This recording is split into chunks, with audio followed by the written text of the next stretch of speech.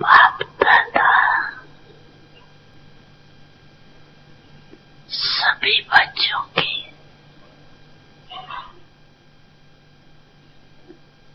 पांच स्वरूप दे रहे।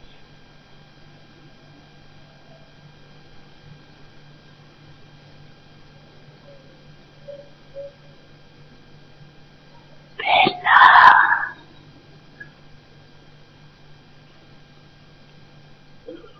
अनादि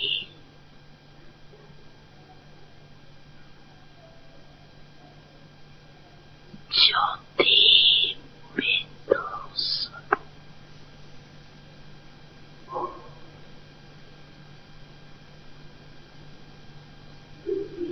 याद है ना अपना स्वरूप?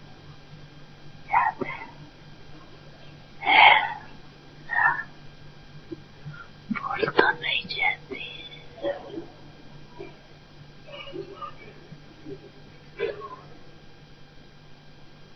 दूसरा है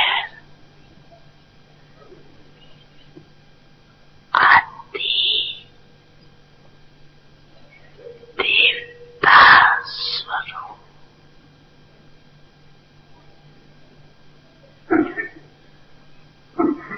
पहुंच गए देवता स्वरूप में, पहुंच गए, चले गए देवता रूप में।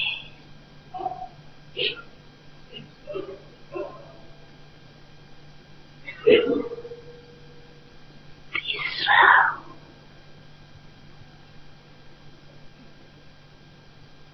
मध्य में पूज्य स्वरूप।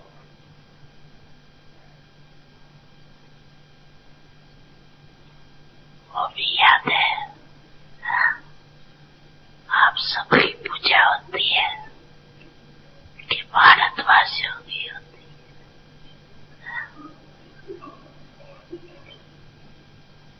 आपकी पूजा होती है, होती है, होती है।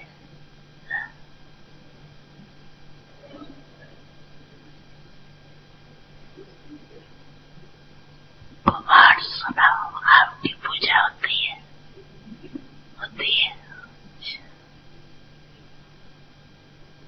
तो तीसरा है पूज्य स्वरूप। चौथा है संगम युगी ब्रह्मांड स्वरूप।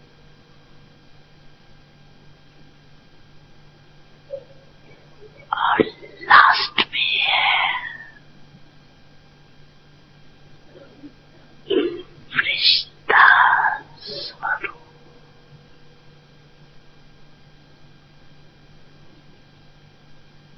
तो पांची रूप याद आगे आगे। अच्छा, एक सेकंड में ये पांची रूपों में अनुभव कर सकते हो अपने को। 1 2 3 4 5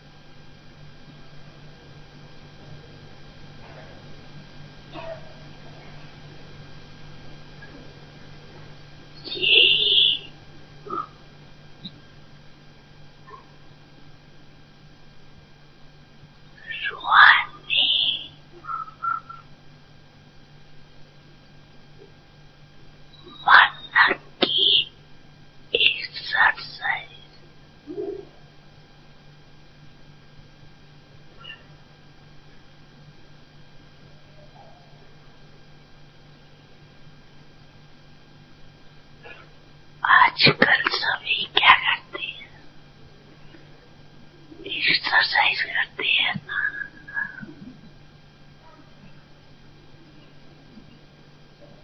जैसे हाथ में भी आपकी दुनिया में, सत्यों में आपकी दुनिया है ना वो, तो उसमें नेचुरल चलते फिरते की एक्सरसाइज थी। खड़े होके 1 2 3 एक्सरसाइज थी।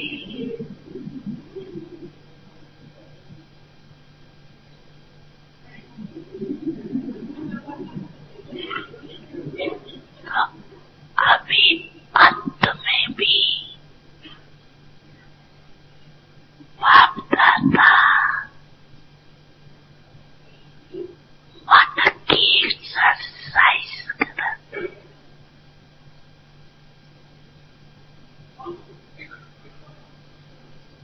जैसे स्थूल एक्सरसाइज से तन तंदुरुस्त रहता है ना,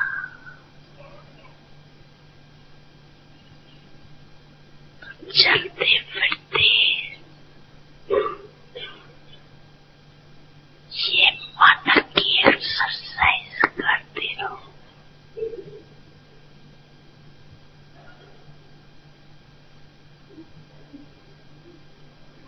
इसके लिए टाइम नहीं चाहिए, चाहिए 5 सेकंड। कभी भी निकाल सकते हो या नहीं, 5 सेकंड। ऐसा कोई बिजी है जो 5 सेकंड भी नहीं निकाल सके? है कोई? हाथ उठाओ। है कोई? नहीं है? है, टाइम है। अच्छा, फिर तो नहीं कहेंगे क्या करें, टाइम नहीं मिलता, ये तो नहीं कहेंगे ना। टाइम मिलता है, मिलता है। और ये एक्सरसाइज बीच बीच में करो, किसी भी कार्य में हो। 5 सेकंड की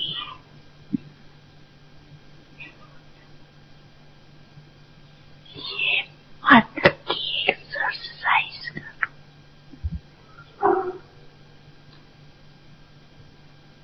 तो मन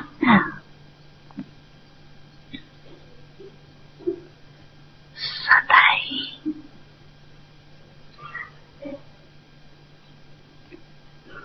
दुरुस्त रहेगा, ठीक रहेगा। ओम शांति। किसी देश का राजा अपने बेटे से बहुत नाराज हो गया, और वो इतना नाराज हुआ कि उसने उस बेटे को राज्य से ही निकाल दिया, राज्य से निर्वासित कर दिया, और वो बेटा चला गया। कई साल गुजर गए, 10-15 साल गुजर गए, और राज्य को चिंता हुई कि अब राज्य अधिकार का भार कौन संभालेगा, किसे दिया जाए। वो इकलौता बेटा था, तो उसने मंत्री को भेजा कि जाओ उसे ढूंढो और ले आओ, जहां कहीं हो, कैसा भी है, आखिर तो मेरा ही बेटा है। तो मंत्री उसे ढूंढने निकले और कई राज्यों की यात्रा की, वो नहीं मिला। और कई मास बीत गए और एक दिन अचानक उस मंत्री को वो बेटा दिखा और वो फटेहाल में था और भीख मांग रहा था,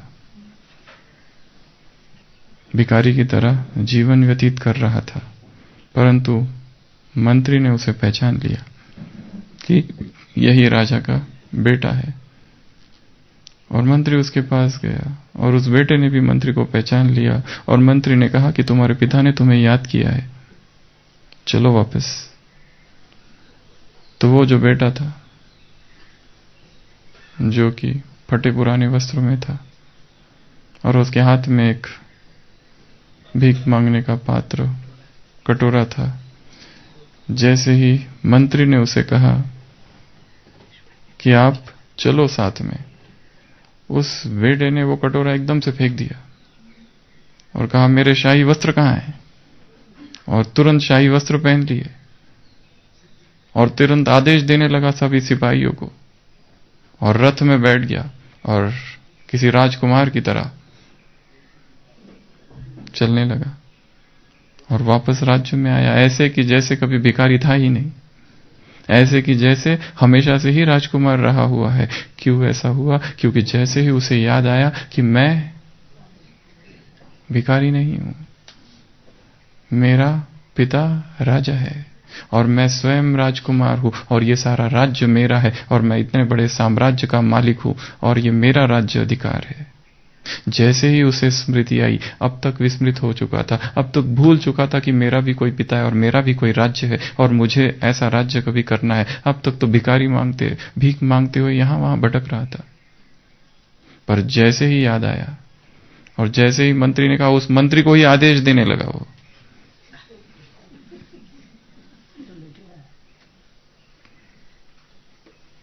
जैसे ही चेतना जाग जाती है, जैसे ही उसे पता चल जाता है कि तुम ये नहीं तत्वमसी, thou art that, तुम वो हो, हम सो हम, ब्राह्मण सो देवता, सुबह की साकार मुरली तुम ऑलराउंड पार्ट बजाते हो,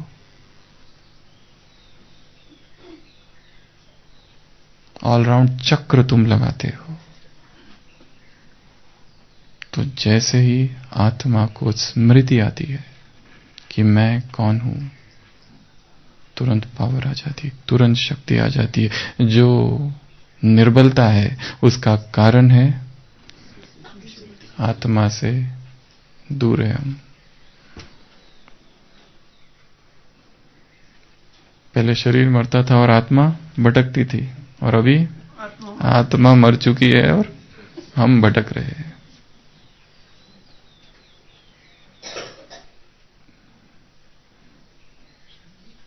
इस केंद्र पर फिर आ जाना, यही अभ्यास है और यही जीवन है और यही जीवन का राज है। सारे दुखों का कारण ये परिधि है। जब तक चेतना परिधि पर घूम रही है, दुखी है। जब तक इस केंद्र में वापस नहीं आते, तब तक दुखों से मुक्ति का कोई मार्ग नहीं। दुख यहां है, यहां कोई दुख नहीं है। हम कहां हैं, यहां या यहां? यहां जब जब हम हैं और जब जब यहां केंद्रित होकर जो कुछ हमने किया, उस सब ने हमको सुखी किया, और जब जब हम यहां थे और यहां बैठकर हमने जो कुछ किया, उस सब ने हमको दुखी किया, चाहे वो सेवा ही क्यों ना हो, कितनी भी बड़ी सेवा हो। पर उस सेवा को जब हम कर रहे थे तब परिधि पर बैठे थे, केंद्र पर नहीं। इसलिए दुखी हुए, इसलिए असफल हुए। पुरुषार्थ भी जो कर रहे थे, शायद वो पुरुषार्थ इस तल पर चल रहा है जिसमें केवल और केवल मुरली और ज्ञान चिंतन है केवल। पर केवल ज्ञान चिंतन से कुछ नहीं होगा। चिंतन बहुत अच्छी बात है, पर चिंतन फिर भी विचारों के ही तल पर हो रहा है। जब तक विचार भी ना छोड़ दे और चेतना स्थिर हो जाए जो मैं हूं उसमें, तब तक निरंतर आनंद की अवस्था नहीं हो सकती। कभी कभी चिंतन भी बाधा है आत्माभिमानी बन में।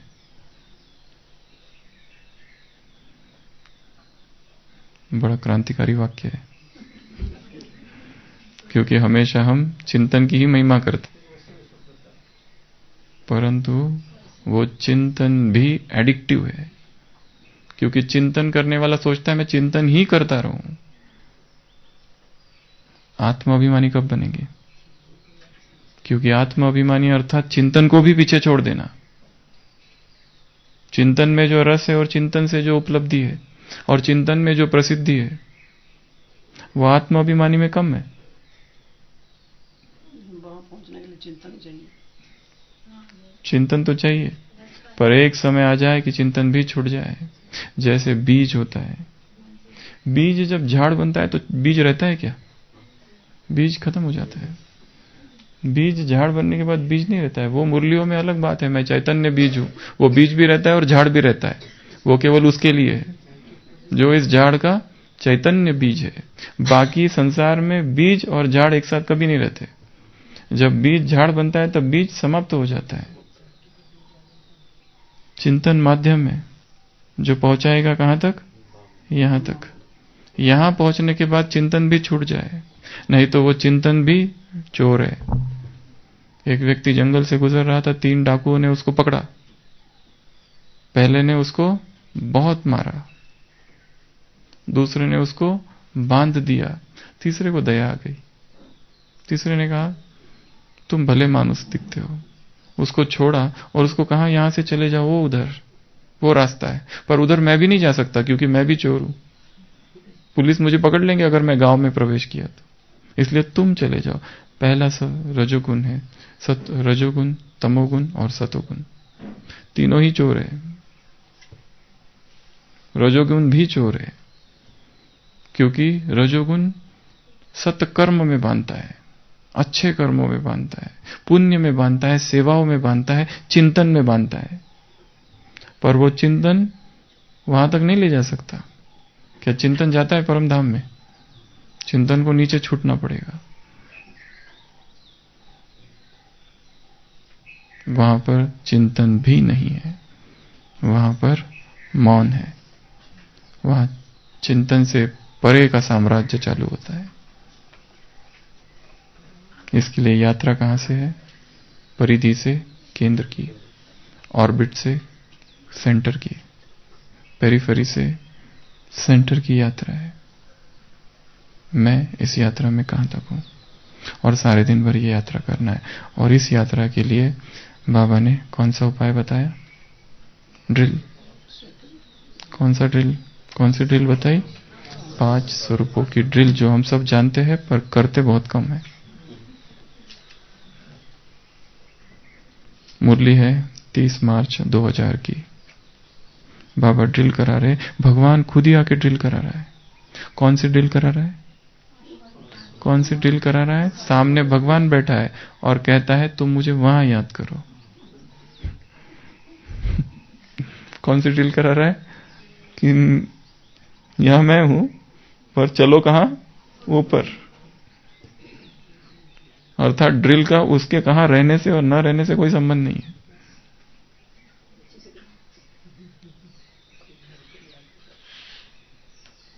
घर का मालिक भरे घर में नहीं है, पर घर में तो जाना है, क्योंकि घर का मालिक ही कहता है मुझे वहां याद करो जहां मैं हूं। बाप दादा सभी बच्चों के 5 स्वरूप देख रहे हैं। पहला स्वरूप अनादि ज्योति बिंदु स्वरूप, याद है ना? अपना स्वरूप भूल तो नहीं जाते। तो हमारे 5 स्वरूप है और सारे दिन भर आज इन स्वरूपों का अभ्यास करना है। बाबा ने इस मुरली में कहा 1 घंटे में 1 बार करो। 1 घंटे में कितनी बार करो? 1 बार करो। और कितना देर? 5 सेकेंड। पर उस 5 सेकेंड के लिए बहुत बड़ी तैयारी चाहिए। पहले अंडरस्टैंडिंग चाहिए, करना क्या है। तो सबसे पहले हम देखेंगे परम धाम। परम धाम में 7 अभ्यास, फिर दूसरा सतयुग में 7 अभ्यास, तीसरा द्वापर में 7 अभ्यास, संगम युग पर 7 अभ्यास और फरिश्ते के 7 अभ्यास। कुछ इधर उधर हो गया तो भी चलेगा।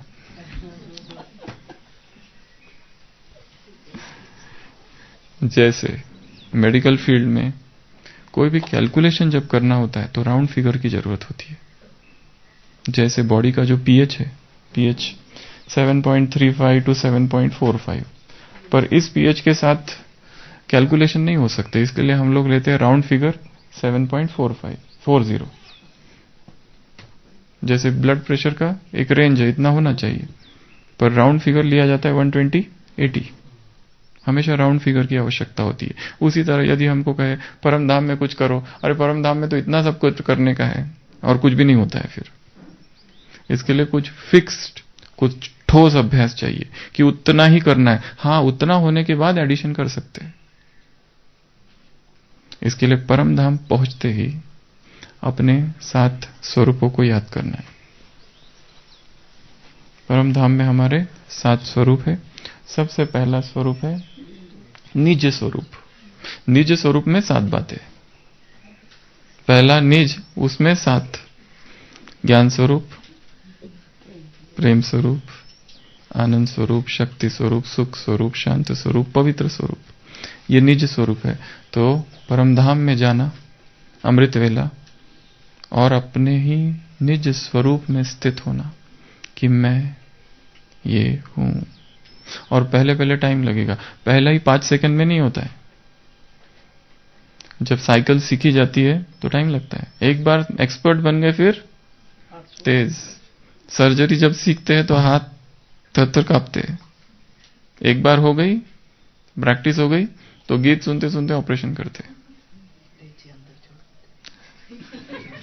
प्रैक्टिस कौन, कितनी, किसने प्रैक्टिस की है? पहली बार करते हैं तो हर चीज मुश्किल होती है, और प्रैक्टिस करते करते गायक जब संगीत सीखता है तो कितनी मुश्किल होती है, कोई गिटार सीखता है तो कितनी मुश्किल होती है, पर बाद में वही गिटार सीखना कितना सहज हो जाता है उसके लिए। तो सबसे पहला तो है 7 स्वरूप में निज स्वरूप, निज स्वरूप में अपने 7 स्वरूप। दूसरा, मैं निराकार आत्मा हूं। पहला तो निज स्वरूप को याद करना, दूसरा संकल्प मैं निराकार हूं। और ये निराकारी दुनिया है, ये निराकारी वतन है। यहां शरीर नहीं है, यहां कोई आकार नहीं है, यहां कोई रूप रंग नहीं। मैं निराकार हूं। इसको संकल्प करना है केवल। संकल्प करते ही आत्मा स्थित हो जाती है। जो कुछ इमेजिन किया जाता है, विजुअलाइज किया जाता है, उसमें हम स्थित हो जाते हैं। जैसे हम देखें कि एक फूल खिल रहा है, मन में विजुअलाइज करें तो वो फूल खिला हुआ दिखता है। क्रोध में व्यक्ति है, थोड़ा सा शांत हो जाएगा। या फिर आंखें बंद करके कोई ये देखे कि छोटा सा निरागस बच्चा हंस रहा है, उसको देखते ही स्वरूप प्रकट होता है।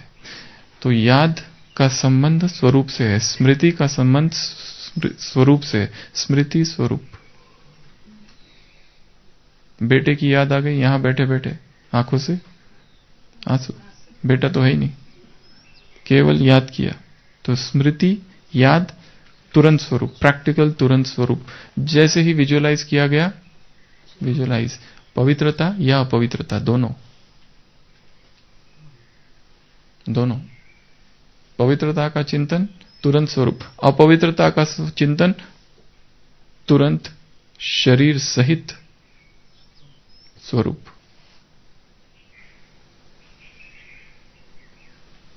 जो कुछ विकार शरीर के साथ करता है, विकार में जाने से, वो कल्पना में भी किया जाता है, तब भी वही शरीर पर प्रभाव होता है। तो मैं कैसा हूं? निराकार। उसके बाद मैं निराधार आत्मा हूं। कोई आधार नहीं है यहां। परमधाम में मैं निराधार हूं। अगला, निर्लेप। कोई लेपछेप नहीं। बाबा कहते हैं आत्मा को लेपछेप लगता है, पर परमधाम में नहीं। मैं निर्लेप हूं। आत्मा निर्लेप नहीं है, परंतु मैं निर्लेप हूं, यह आत्मा का समान है। तो मैं कैसी हूं? निर्लेप। उसके बाद मैं निर्बंधन आत्मा हूं। कोई बंधन नहीं। क्यों? क्योंकि ये मुक्ति धाम है। क्यों? क्योंकि ये मोक्ष धाम है। क्यों? क्योंकि ये लैंड ऑफ लिबरेशन है। यहां मुझे कोई भी बंधन नहीं। ये विधि है। यदि संसार में बहुत बंधन है तो अधिक से अधिक अभ्यास करना मैं परम धाम में बिना किसी बंधन के हूं। उसके बाद में मैं निर्वाण हूं, वाणी से परे, कोई आवाज नहीं मुझ तक छूती। क्यों? क्योंकि ये निर्वाण धाम है, क्योंकि ये वानप्रस्थ है, क्योंकि ये विज्ञान है। वो ज्ञान है नीचे, ये वानप्रस्थ है, ये विज्ञान है। मैं विज्ञान में हूं, मैं वानप्रस्थ में हूं, मैं आवाज से परे की दुनिया में हूं, मैं निर्वाण में हूं, साइलेंस वर्ल्ड में हूं, साइलेंस होम में हूं। ये सारे शब्द लाने हैं, तो वहां स्थित हो जाना है। उसके बाद में मैं 5 तत्वों के आकर्षण से परे हूं, मैं अर्थात मैं ब्रह्मलोक में हूं। ब्रह्मलोक, ब्रह्मलोक, ब्रह्मदेश, ब्रह्मांड, अलग अलग शब्द लाने हैं। मैं इस लोक में हूं जहां पर ब्रह्म है, तत्व नहीं है, और तत्व ही नहीं है तो शरीर का आकर्षण ही नहीं है, क्योंकि सारी माया किससे है? शरीर से। आज की मुरली में कहा छीछी है ये दुनिया, गंदी, छीछी, झूठखंड।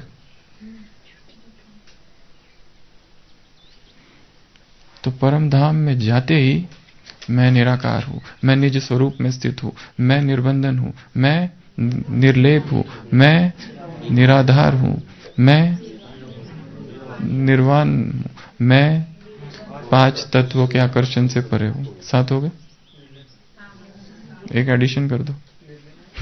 वो है नहीं, मैं निर्संकल्प हूं। वास्तव में ये सारी स्थिति हमको निर्संकल्प अवस्था तक ले जाएगी। निर्संकल्प हूं ये बोलना भी तो संकल्प है, इसके लिए इसको उसमें नहीं इंक्लूड करेंगे, क्योंकि ये सोमान को ही भंग किया जा रहा है। मैं निर्संकल्प हूं कहने में ही कंट्रोवर्सी है। कहते ही भाव ही नष्ट हो रहा है। ये मैं निर्संकल्प हूं ये बोला भी तो नहीं जा सकता सोमान। ये ऐसा अद्भुत सोमान है कि इसे बोलने का भी कोई उपाय नहीं है, क्योंकि बोलते ही वो नष्ट हो जाता है। निर्विकल्प कहा जा सकता है, पर निर्विकल्प शब्द परम धाम में यूज करना वो निगेटिव है। वो वहां पर कोई भी निगेटिव शब्द का प्रयोग नहीं करना है, किसी भी तरह का। फिर मैं व्यर्थ से मुक्त हूं ये भी किया जा सकता है, मैं शरीर नहीं हूं ये भी अभ्यास किया जा सकता है, पर ये अभ्यास इतने शोभनिक नहीं है, परम धाम के शोभा के थोड़ा नीचे है। तो पहला मैं कौन हूं? परम, ये है सबसे पहला अनादि ज्योति स्वरूप। याद है ना अपना स्वरूप, भूल तो नहीं जाते हो। दूसरा है अनादि देवता स्वरूप, पहुंच गए देवता स्वरूप में। तो दूसरा है देवता, देवताओं के 7 गुण है। सबसे पहला, ये तो सब जानते हैं, 16 कला संपूर्ण, सर्वगुण संपन्न, संपूर्ण निर्विकारी। तीसरा मर्यादा पुरुषोत्तम, संपूर्ण अहिंसक। छठवां सतोप्रधान, और 7वां आत्माभिमानी।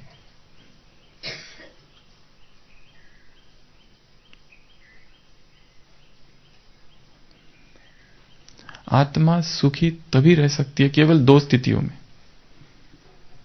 जब वो अपने स्वरूप में स्थित है या भगवान के प्यार में खोई है। आज की मुरली में शुरुआत ही ये है, रूहानी प्यार। तुम्हारा बाप से इतना रूहानी प्यार है। तो केवल जब आत्मा परमात्मा प्रेम में डूबी रहती है, उस दिन संडे को भी कहा था क्लास में, तभी वो सुखी रह सकती है।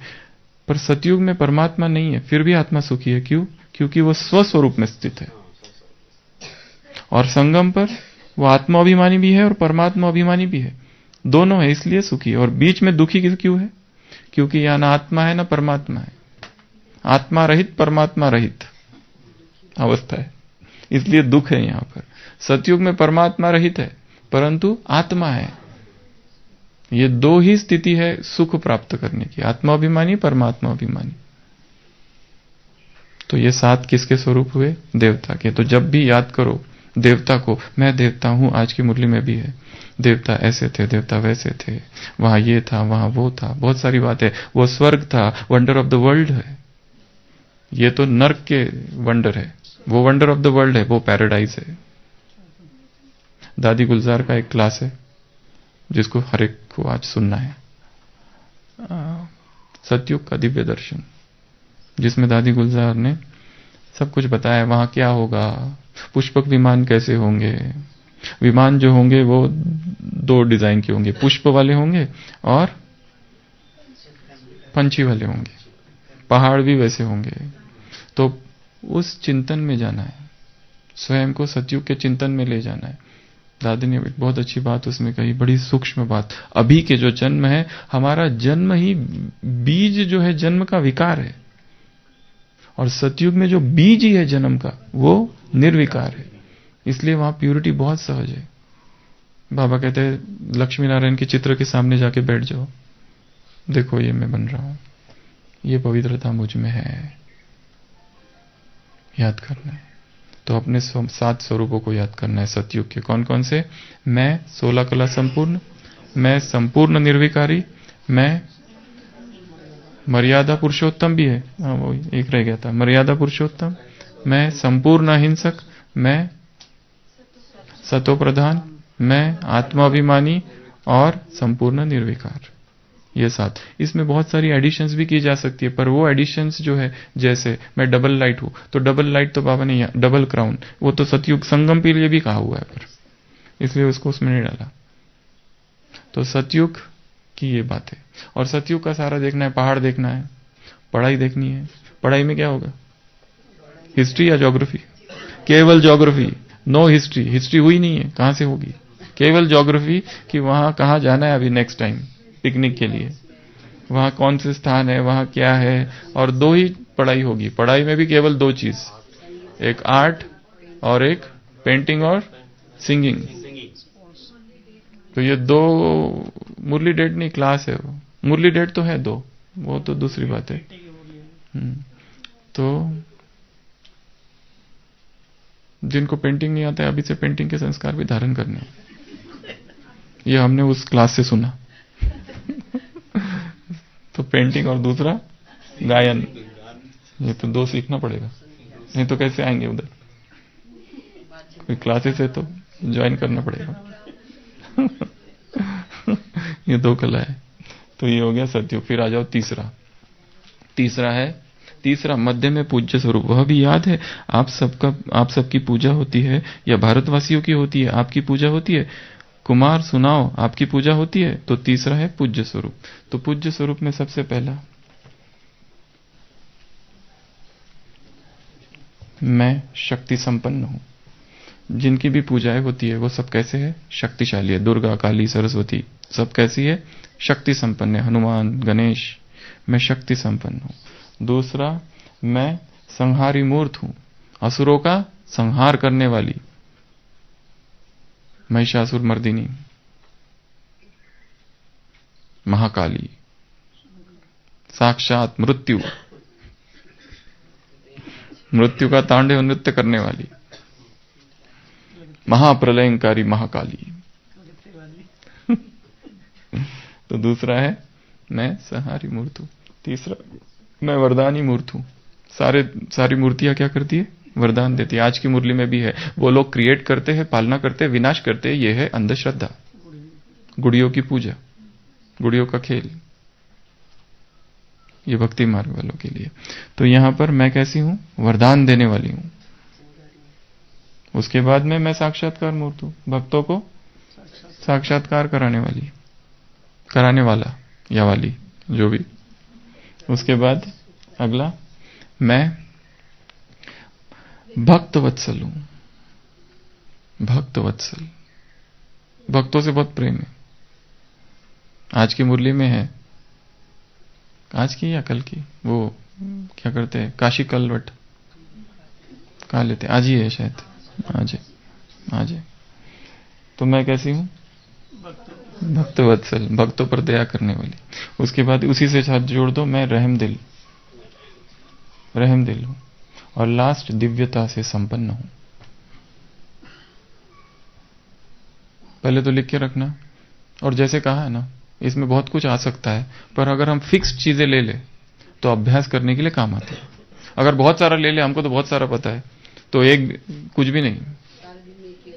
मराठी में कहते हैं एक ना धर बराबर चिंत्या, तो एक भी ढंग से नहीं करते, पता सब है पर करते एक भी नहीं। तो ये हो गया देवता स्वरूप। उसके बाद में ब्राह्मण, संगम युगी ब्राह्मण स्वरूप। चौथा है संगम युगी ब्राह्मण स्वरूप। इसमें तो बहुत ही लंबा हो सकता है, पर इसको थोड़ा हम शॉर्ट में कर देंगे। साथ में सब कुछ आ जाना चाहिए। मैं आत्मा अभिमानी और परमात्मा अभिमानी हूं, उसमें दो चीजें तो इंक्लूड हो गई। बाप का प्यार, जो आज के मुरली में कहा, ये रूहानी प्यार है। ये तुम्हारा बाप से यहां रूहानी प्यार होना चाहिए, आंखों से आंसू आने चाहिए तुम्हारे इस प्यार में। माशूक आया है, इस प्यार में आंसू आ जाए, तुम भक्तिया हो। वो है भगवान, वो है पति। तो आत्माभिमानी परमात्मा। दूसरा, नेचुरल स्वरूप मेरा है संपूर्ण पवित्रता, ब्राह्मण अर्थात संपूर्ण पवित्र। तीसरा, ब्राह्मण अर्थात जहां पर निरंतर सेवाधारी। ये अपने आप में एक टॉपिक है, सब्जेक्ट है, याद करना है अपने आप को, याद दिलाना है। निरंतर सेवाधारी। अभी जो मुरली चली संडे, 4 प्रश्न थे उसमें सेवा के लिए। कौन कौन से?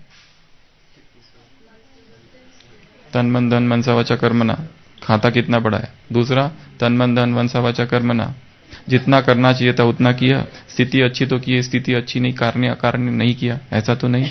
तीसरा, ट्रेजर अपने खजानों को कितना लगाया।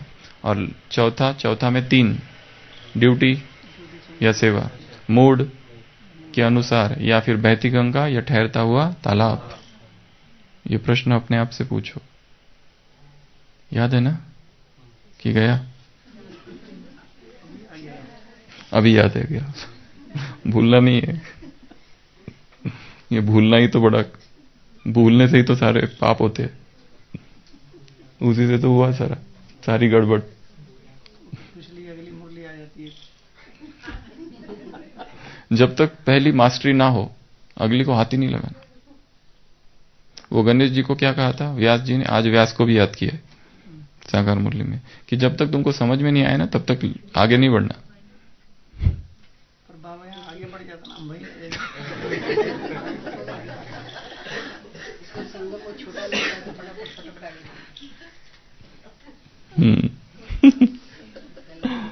कहाँ थे? निरंतर सेवाधारी। चौथा, धारणा स्वरूप आत्मा हो। उसमें 2 चीजें ऐड कर दो, त्यागी और तपस्वी। धारणा स्वरूप आत्मा हो। उसके बाद में एवर रेडी। उसके बाद में अगला ब्राह्मणों का स्वरूप, जिसमें सब आ जाए।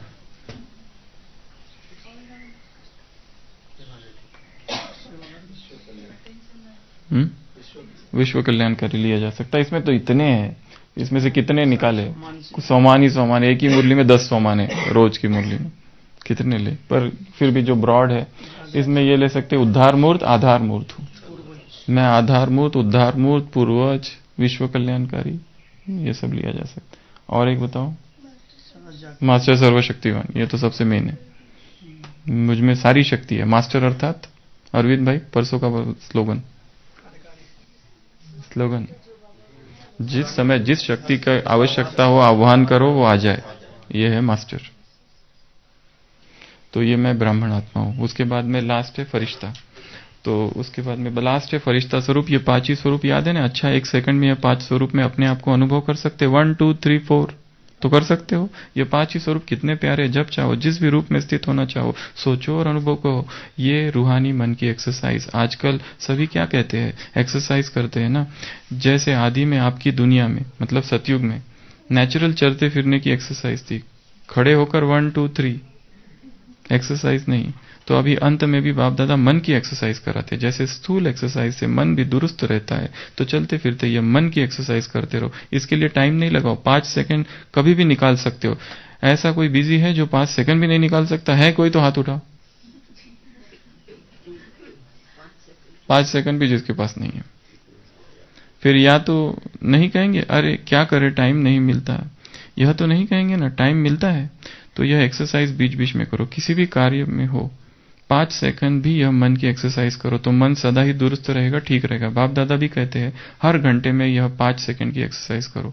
तो आज ये बड़ा काम करना है, हर घंटे में एक बार पांचों स्वरूप में स्थित हो जाना,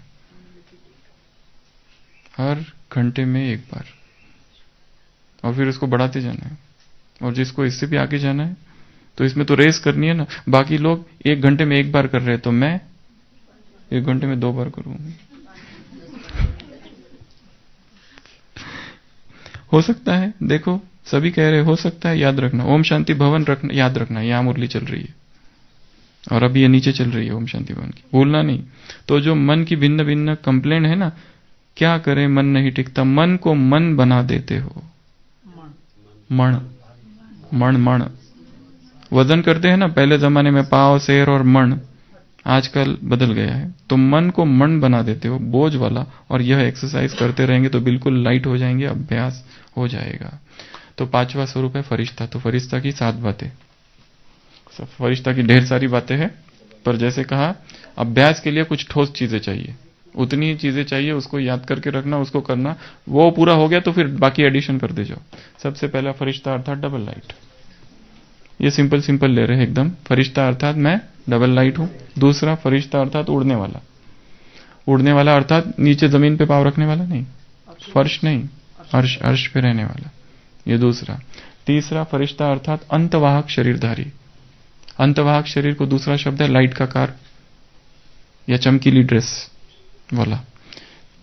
अगला मैं फरिश्ता अर्थात जिसके सारे रिश्ते एक बाप से है, और किसी से कोई रिश्ता नहीं, और किसी की याद नहीं। आज की मुरली में भी कहा एक बाप को याद करो बस, और किसी को भी याद नहीं करो। रास्ता भी एक ही है। आज की मुरली में बड़ा एक अच्छा वाला लाइन आई है,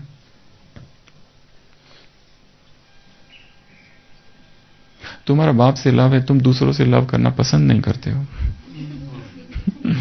यू डोंट, तुमको पसंद ही नहीं है किसी से प्यार करना, किसी से, तुमको किसी से लव करना पसंद नहीं है। वो हम नहीं करते, दूसरे करते हैं।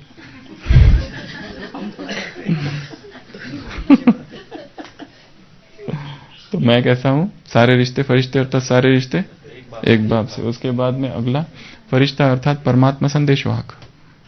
मेरा काम क्या है, संदेश पहुंचाना, संदेश देना, एक एक को जा जाके संदेश देना। सूक्ष्म वतन में पूरे धरती पर घूमते रहना है, धरती पर ढूंढते रहना है किसको संदेश दूं। फरिश्ते क्या करते हैं, घूमते रहते हैं। उसके बाद में फरिश्ता अर्थात उपराम और साक्षी। फरिश्ता अर्थात मैं उपराम हूं और साक्षी हूं, सारा खेल देख रहा हूं, अनअफेक्टेड। यहां कुछ भी हो रहा है मुझे कोई प्रभाव नहीं पड़ता है मुझ पर। मैं उपराम हूं, मैं साक्षी हूं। 7 हो गए, 6 हो गए, और एक फरिश्ता अर्थात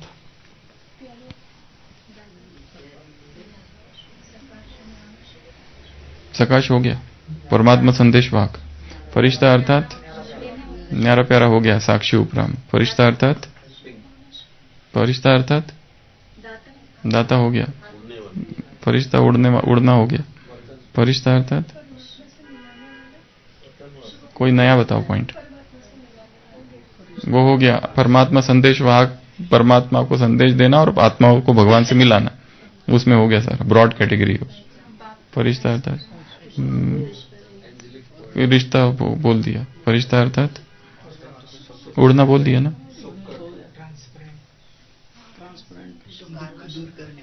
दुख दूर, वो संदेश देते थे दुख तो दूर करेगा ना। फरिश्ता अर्थात वो हो गया, उड़ना अर्थात 5 तत्व से ऊपर तो उड़ा ना। हल्का अर्थात पहला ही डबल लाइट है, हील करने वाला, वो जो संदेश दे रहा है हील करेगा, वो सब करेगा। फरिश्ता अर्थात लाइट हाउस माइट हाउस। फरिश्ता अर्थात लाइट हाउस माइट हाउस, क्या करने वाला, आना जाना। हाँ, वो भी किया जा सकता है, आना और जाना। तो फरिश्ता अर्थात लाइट हाउस और माइट हाउस। तो ये 5 अभ्यास है, और एक एक अभ्यास एक एक स्वरूप में 7-7 बातें। पहले तो लंबा लंबा समय बैठकर आराम से करना है, विधिवत 1-1 घंटा लगाना उसको करते करते, और फिर जब बहुत बार होगा तो फिर फास्ट, परम धाम में गए, वहां से नीचे, वहां से नीचे, वहां से नीचे, वहां से नीचे, अब यहाँ पर। और ये अभ्यास दिन भर में पापा ने कहा करो। मन बन नहीं तो बन जाएगा भारी, शाम होते होते इतना भारी हो जाता है, फिर शाम का योग भी नहीं लगता है। तो शक्तिशाली बनने के लिए ड्रिल चाहिए। अगर शरीर को एक्सरसाइज नहीं करे तो फ्लैबी डल हो जाती है मसल्स, वैसे मन भी जो है ना उसको ड्रिल चाहिए। और पहले पहले किसी को अच्छा लगता है एक्सरसाइज करना? कोई लड़का है स्कूल का, सोता है वो, अच्छा लगता है क्या उसको? मम्मी कहती है उठो उठो, वो कहता है नहीं अभी 5 मिनट और।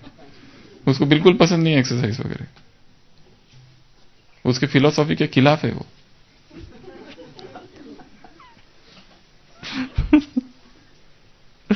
तो एक्सरसाइज के लिए पहले पहले मेहनत करनी पड़ती है, फिर धीरे धीरे वो सहज हो जाएगा। और एक बार सहज हो गया फिर अपने आप हो गया होगा, फिर करो भी नहीं तो भी होगा। जैसे साइकिल को पैडल लगाए फिर पैडल लगाना बंद कर दो, अपने आप मोमेंटम से आगे बढ़ेगी। कुछ आगे बीच में कुछ दिन करो भी नहीं तो अपने आप ये जो करते रहे इतना दिन, वो अपने आप मोमेंटम आगे लेके जाएगा। हम वो भी अच्छी है, करने के लिए भी बेचैनी हो, पर नहीं भी कहीं किसी कारण से, क्योंकि लाइफ में हर दिन कुछ ना कुछ नई चीजें तो है। कांटे लेके कोई ना कोई तो खड़ा है, कांटों का जंगल है, निकलते ही कांटा चुभाना चालू करता है। तो कभी कभी कोई कांटा चुभा दे और हम भूल ही जाए करना, पर जो कर रहे थे उसका मोमेंटम आगे ले जाएगा, वो हमको आगे बढ़ाएगा। इसके लिए ये एकमात्र उपाय है इस ब्राह्मण जीवन में निर्विघ्न रहने का, इस मार्ग में खुश रहने का। नहीं तो सेवाओं के जंगल में और विस्तार में आत्मा ऐसी भटक जाती है कि ना तो वह आत्मा याद है ना परमात्मा याद है, केवल सेवा याद है। जो सेवा कर रहे वर्कोहोलिक, केवल काम कर रहे, सेवा नहीं कर रहे, वो काम है, कर्म है, वो बस ड्यूटी, और उसमें संघर्ष है। इसके लिए ये सब तो बाहर का खिलौना है जो सेवा है। आंतरिक अभ्यास ये होता रहे, यही शक्तिशाली बनाएगा।